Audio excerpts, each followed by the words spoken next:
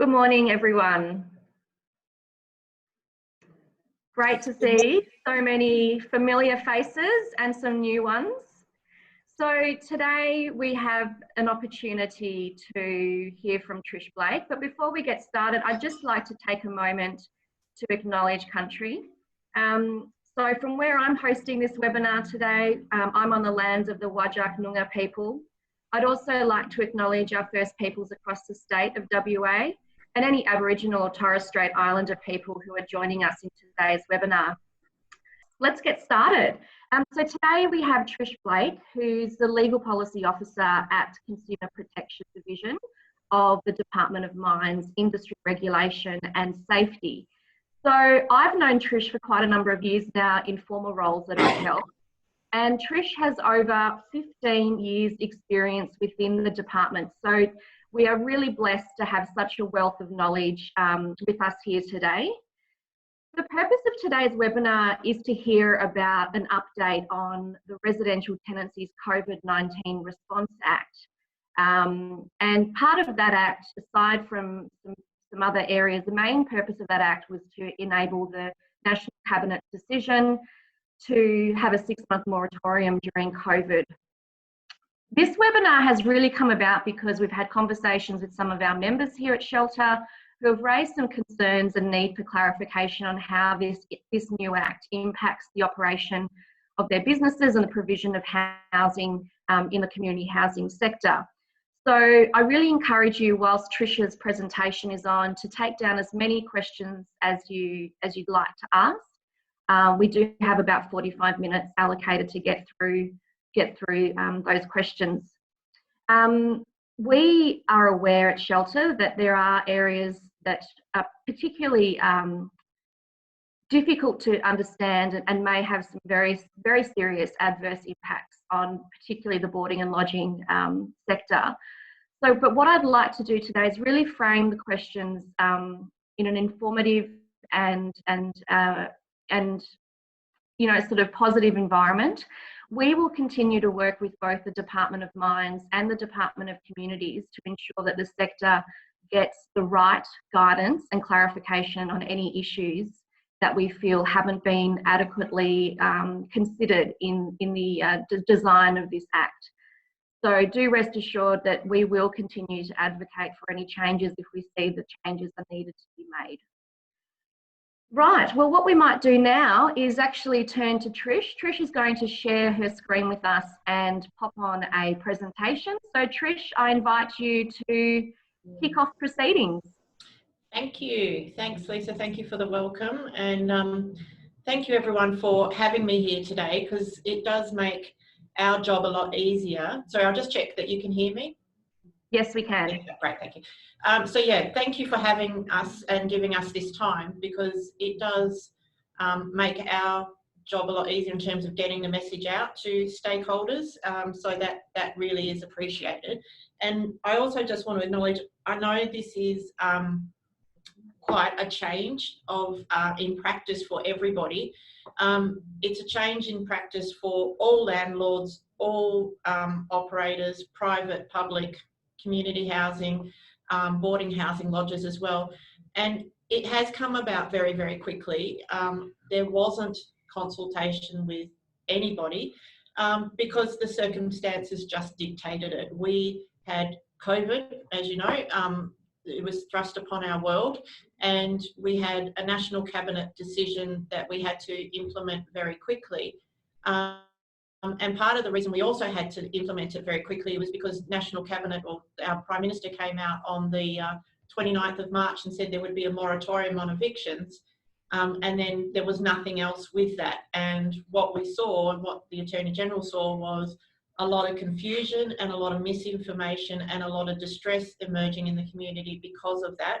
So we really had to get this legislation through very quickly. And honestly, the legislation process, and a lot of you will know, normally takes 6 months to a year to develop, and we would normally be engaging with stakeholders and making sure that we understood everybody's concerns and that we had found good compromise positions as much as possible along the way. That just wasn't possible. We literally got this done in 3 to 4 weeks. So we just weren't able to consult with anyone. So I apologise and acknowledge that, but just to say it wasn't intentional either.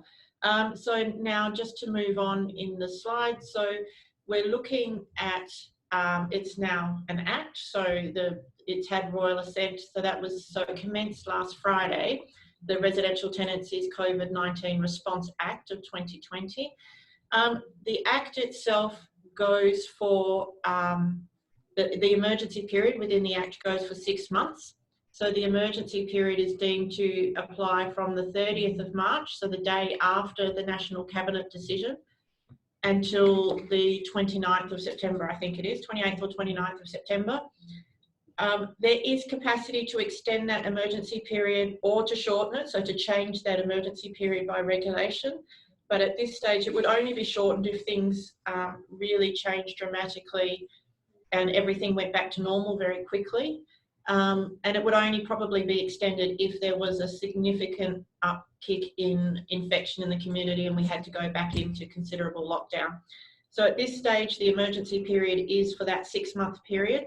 And then the legislation, the Act itself, has what's called a sunset clause in it, which means the Act will self-repeal, which is 12 months after the end of the emergency period.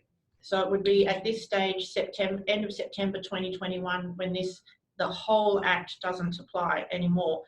Now, when we say the Act will repeal and the Act won't apply, a lot of the things like terminations that only will apply during the emergency period, the extra period of 12 months is for us to allow things like disputes that might be happening through the mandatory conciliation service, or any actions that are in court to wrap up and to be wound up under this legislation. So that's why we have that extra 12-month period. It's not so that the restriction on evictions and things like that continue beyond the end of that emergency period.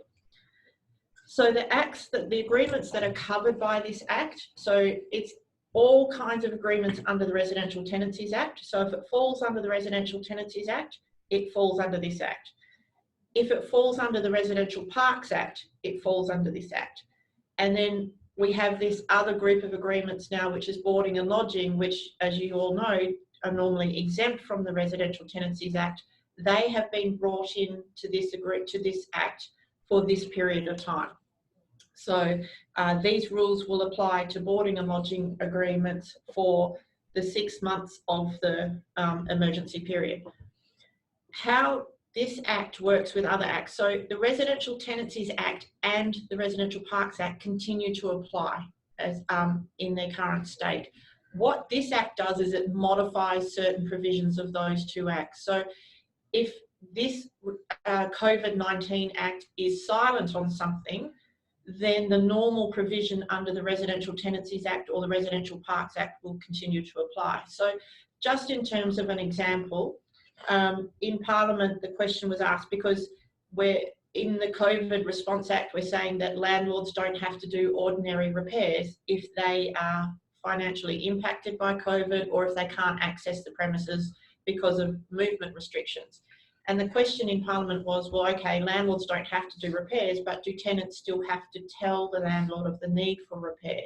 And the answer to that is yes, because that's an obligation that sits under the Residential Tenancies Act or the Residential Parks Act, and it's not modified or varied in any way by this COVID Act. So those ordinary kinds of provisions still apply. And things like the terminology in those acts still apply. And as I said, when it applies, the emergency period is from 30th March to end of September. Now, the mandatory conciliation process commences on proclamation, and that proclamation is going through, and that's going to be announced for the 18th of May. So that's when the mandatory conciliation service aspect of the Act will commence, and then that's it. It'll all have commenced by then. Okay, so just what I'll do is I'll work through the specific provisions as they appear in the legislation. And I'll just talk generally in terms of agreements, because most of the provisions are fairly consistent across all of the provisions, okay? So there's no rent increases. allowed during the 6-month period. That's so that the rationale for that is twofold. One is we know that a lot of residents and tenants have lost their income, so we didn't want to see tenants, and this is probably more relevant to the private sector, but we didn't want to see tenants being priced out of the market or have constructive terminations done by landlords just increasing the rent significantly and the tenant being forced to have to terminate because they could no longer afford the premise to rent that property. And I think that brings me back, one thing I just need to clarify is that this legislation is not just about the financial impact of COVID. It's also, the rationale behind it is also the public health response, which is we need to keep people in situ during this period so that we could stop the spread. So it was this double rationale for a lot of these provisions. So we don't want people having to move or becoming homeless or overcrowding and couch surfing because they've got nowhere else to live, because that increases the risk not only to them but to the broader community as well. And then obviously we're also aware that people are financially impacted and having a lot of trouble paying their rent. So no rent increases. One rationale is we didn't want tenants priced out or constructive terminations because the rent was suddenly increased. But also we had a sense that there was going to be this rent relief, where there was discussion of that, and there was also discussion that there might be additional Commonwealth support at the time. And what we tend to find is when you get subsidies into the market, it tends to distort the rent values, because what tends to happen is the value of rent goes up by the amount of the subsidy. And we didn't want to see that happening as well, because that takes away the value of the subsidy in the long term. So those are the rationales for the no rent increases. As I mentioned earlier, the landlords are relieved of their obligation to do ordinary repairs. If that's, so if it's under the Residential Tenancies Act, it's a term of your agreement that you have to do those repairs anyway. Under boarding and lodging, if it was a term of the accommodation agreement that the landlord would do repairs, you're relieved of that obligation to do ordinary repairs if it's financial hardship for the landlord, or if you can't access the premises because of movement restrictions. You still have to do urgent repairs and essential services. So those types of repairs still have to be managed through this process. Fixed term tenancies that are due to expire during the emergency period, if the parties don't agree to another fixed term, they automatically become a periodic agreement and will continue through to the end of the emergency. Well, they'll just continue on, and then they can just be dealt with in the normal way after the emergency period. If premises are going to be repossessed, so either by a mortgagee or someone with superior title, the tenant can't be evicted. The mortgagee or the person with superior title takes on the role of landlord for the emergency period, and then again revert to their normal provisions after the end of the emergency period. And tenants can't be listed on a tenant database if the reason for the listing was because they couldn't pay the rent because they were financially impacted by COVID. Normally you can list a tenant on a tenancy database if they, at the end of the tenancy, they leave more, the debt is greater than the bond, or if the court terminates the tenancy agreement. But in this case, if the debt is greater than the bond because they were COVID affected and that they couldn't pay their rent, then you can't list them on the tenancy database for that reason. Okay, now I'll go through the specific provisions. So this one, the rent default notices, if you've got a tenant who isn't able to pay rent, but that's pretty much because they're COVID affected. I've got another provision that I'll talk to you about, which is about the tenant that hasn't been COVID affected at all. So they've still got their same income, but they're just taking advantage of the moratorium on evictions and saying, well, I'm just not going to pay my rent because you can't evict me. That's a separate provision. So these are for your people that are in rent arrears because they are COVID affected. So, under normal circumstances, under the Tenancy Act or the Parks Act, what you have to have is that they've stopped paying rent, and then you can issue a breach notice and a termination notice. Well, in this instance, what you have to have is that non-payment of rent. So you have rent arrears, But you also have to have another step, which is that you have either a rent repayment agreement in place, which is something that you as landlord and the tenant can agree amongst yourselves, or if you can't agree, you have to have at least attempted the mandatory conciliation process. And then the timing of the notices that you give depends on what happens in that mandatory conciliation process, which I'll just show you on the next slide. So if the parties have agreed, they have that rent repayment agreement in place, so they've sorted that out themselves, and then the tenant has defaulted on that, you can start issuing your breach notices and termination notices straight away.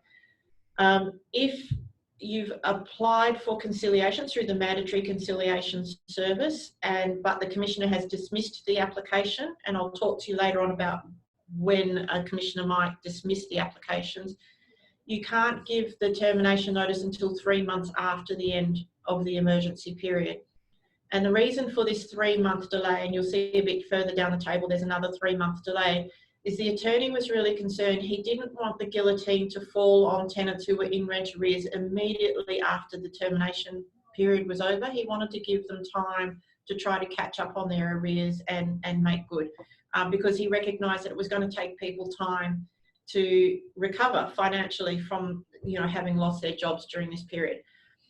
If we come down to the third row, so the parties have applied for conciliation and no agreement was reached, but the reason that no agreement was reached was because the tenant wasn't cooperating, then the rent default notice can get issued immediately. If the parties applied for conciliation and there was no agreement, but that was not anyone's fault, they could both worked hard at trying to get agreement, but their circumstances just didn't allow for agreement to be achieved, then the rent default notice is 3 months after the end of the emergency period. And then if the reason that the parties didn't get agreement was because the landlord was just being stubborn and wasn't cooperating in the conciliation proceeding, then the landlord can never issue a default notice for that rent arrears that arises from this COVID period.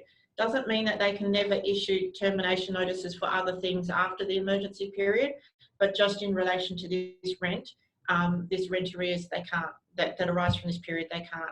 Now, just to reassure you, we're developing a flow chart at the moment, which will hopefully represent this information a little bit easier. I know it's a bit clunky and there's lots of different circumstances, but basically the rent default notices, this is about the timing. Now, the notices that you use are the ordinary notices that you would use under the Residential Tenancies Act or the Residential Parks Act. So if you're familiar with the Residential Tenancies Act, it's the Form 1A process or the Form 1B process. And then under, for accommodation agreements, we've just got, written notices that you can give. Now, you can give the notice, it talks about being able to give the rent default notice immediately. So that's effectively you're giving a breach notice or you're giving a termination notice, but the termination cannot happen during the emergency period for this cohort of tenants. So the actual date of termination would be, say if it was that you had an agreement in place and the tenant then stopped paying rent, you would give your breach notice, you would give them time to remedy. If they didn't remedy, you'd give your termination notice. But the date of vacant possession on the termination notice would be the day after the emergency period. So that would be the 30th of September. If you put a date on your termination notice that is during the emergency period, it will just be deemed to be the day after anyway. So we're asking people or encouraging landlords to put that date as the day after the emergency period anyway, because otherwise you will have a lot of tenants coming back and getting distressed because they'd heard they couldn't be evicted and you're giving them a termination notice that has a date during the emergency period. So just to make it clear for everybody, it would be good if you all use the day after the emergency period as your termination notice. So that's that one. There's other ways, these are the other ways that tenancies can be, or tenancy agreements and accommodation agreements can be terminated. So effectively in the Residential Tenancies Act and the Residential Parks Act, and then in the case of accommodation agreements, these are the only ways that you can terminate the agreement during the emergency period. there is no other way to terminate during these 6 months. So the second dot point there is if the tenant refuses to pay. So in the legislation, there's a process that if you have a tenant who's not COVID affected, they're refusing to pay rent, and they're also refusing to engage with you as the landlord in entering into any kind of rent repayment agreement. We have a page about that, and we have a flow chart that will guide you through how to do that. But effectively, you give a tenant a notice to start with, to say you're in breach of your agreement, so you've failed to pay your rent. I'm willing and ready to enter into a rent repayment agreement with you. And if you don't enter into a rent repayment agreement with us, then within the next 60 days, then I may take action to terminate your tenancy. So those are the 3 points that need to be in that notice. And as I said, our website will have all of that detail for you. During that 60 days, you then need to come to our mandatory conciliation service, and then we will contact the tenant and try to get them to engage with you in conciliation. It is actually an offence for any party to refuse to participate in conciliation, so that's an extra incentive for the tenants to participate. It doesn't mean they have to reach agreement, it just means they have to engage with the service, with the conciliation. And then if they don't participate or they don't cooperate with conciliation and no agreement is reached, after 60 days, you can go to court to terminate the tenancy. So that's for the tenants that are just refusing to engage and are not COVID affected. So that's something that you're going to have to establish for the court when you make your application. It's a normal Form 12 application. And even for accommodation agreements, we've brought it into the normal residential tenancies jurisdiction of the court, so you don't have to go through the general division of the court for these processes. It'll all be treated as though it's a tenancy agreement for this 6 months or for this COVID period. So that would just be a straight up Form 12 to the court. You don't have to give a termination notice, just apply to the court to terminate the tenancy because the tenant is refusing to engage and refusing to pay rent.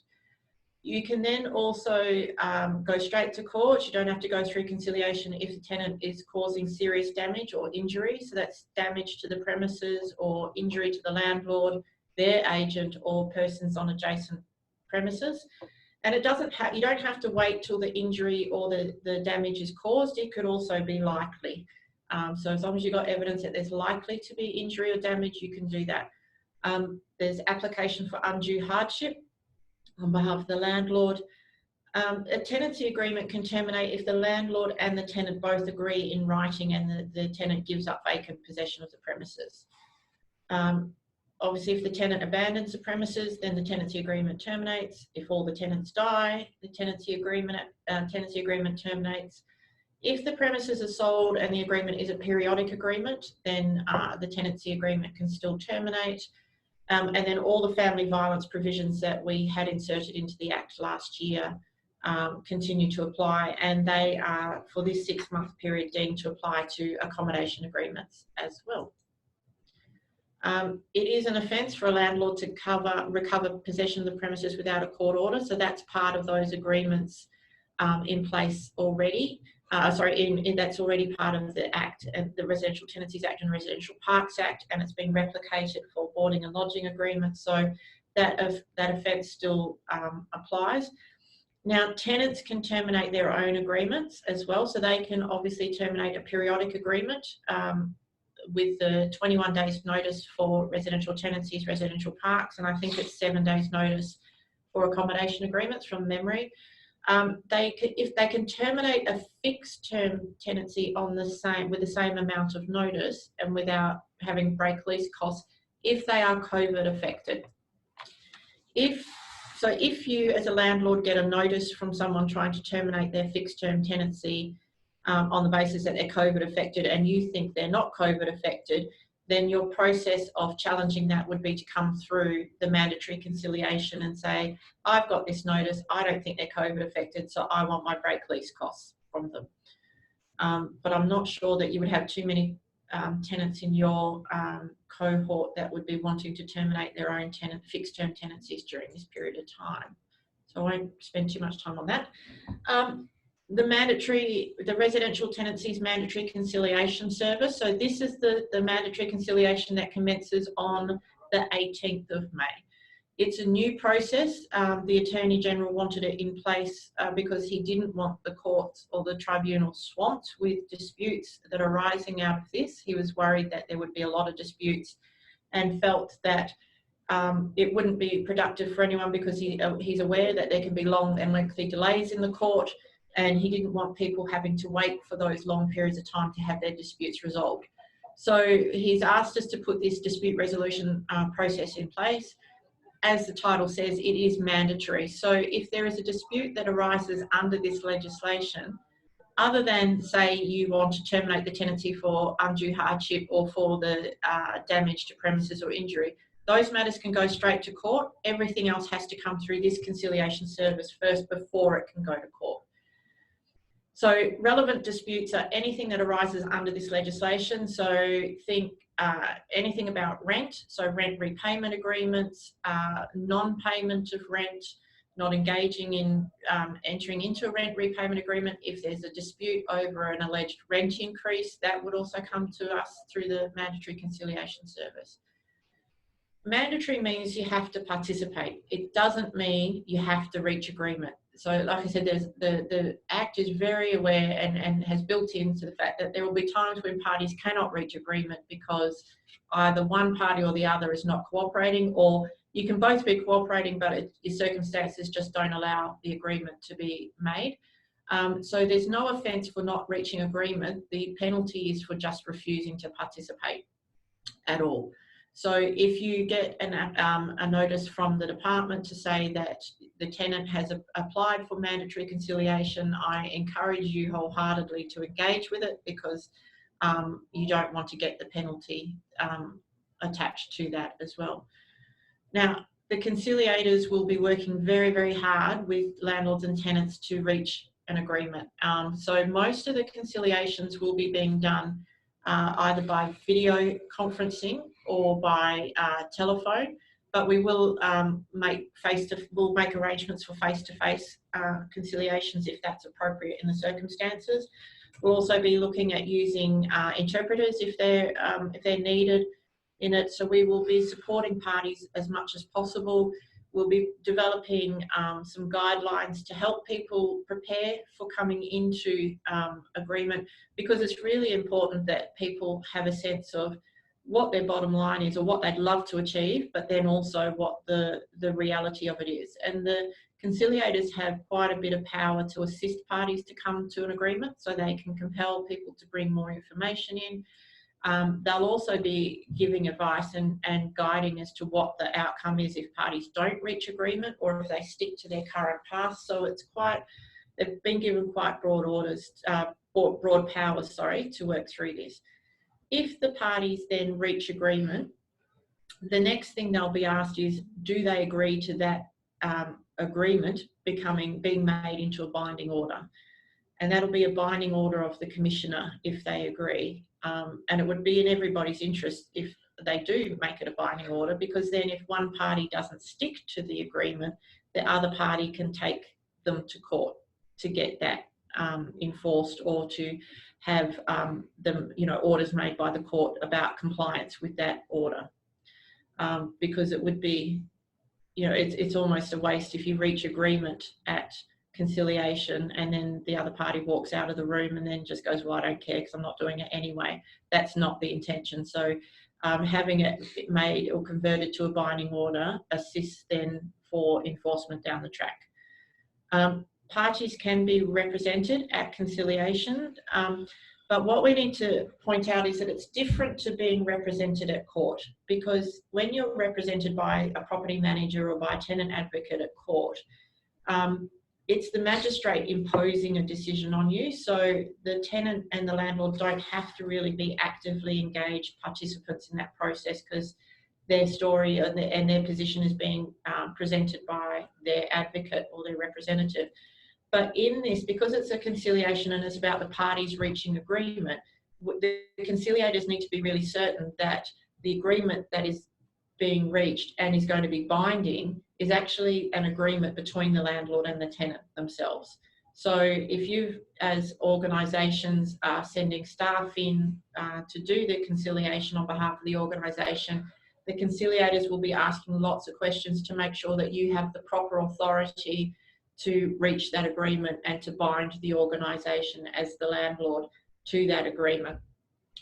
And most of the conciliations will be done in a session. So there'll be pre-mediation where the conciliator will contact you and talk through your issues and hear your side and see what your circumstances are and give you some guidance as to what you can prepare before you come into the conciliation. So that'll give you some idea about what you might need to get direction from your employer about what you can agree to in the actual mediation or conciliation. But when the parties are brought together, it's a conciliation for an hour or an hour and a half, and we're aiming to get agreement during that time. It's not a situation where you can come in, have a chat, have a proposal given to you by the tenant, and then you go away, check with your boss, and then come back a couple of days later. It won't work like that. So we'll need you to be really well equipped to know what you're allowed to agree to in terms of rent repayment agreements or whatever the dispute might be. Okay, and then we have some transitional provisions in the legislation as well. These ones go through, they just talk about transitioning into the emergency period, and then we'll have provisions that talk about transitioning out of the emergency period at the end. But in terms of transitioning in, because we're mindful that obviously the emergency period is backdated to the 30th of March, and quite a bit will have happened between 30th of March and 14th of April. So if there was an actual termination that occurred during that time, so if a court order was made to terminate the tenancy between the 30th of March and the 14th of April, or the tenant gave vacant possession during that time, then those terminations proceed. They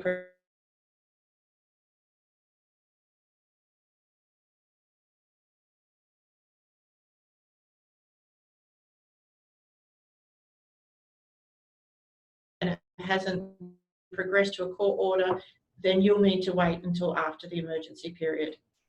Now, and then as I said, you've got all the within the Act itself, it talks about when termination dates happen, and everything is pretty much the day after the emergency period onwards, except for those court orders, those limited circumstances where you can terminate the tenancy agreement during the emergency period. And then we've got the power to make regulations to deal with other issues, because we just don't know what the legislation, we don't know what the circumstances are going to be in 6 months' time when this is all wrapping up. We think we've covered a lot of the circumstances, but there'll be some circumstances that we haven't thought of. So we've got capacity to make regulations to transition out of the emergency period as well. So that is it as far as the presentation goes. And we do have the websites and the FAQs, and every day we're putting more stuff up. Again, you know, we would have loved to have had all this training done and all the fact sheets up before the legislation commenced. That's how we prefer to do things. Unfortunately, we're chasing our tails almost as much as you are. So yeah, just keep checking those pages every day, because there's more and more information coming up every day.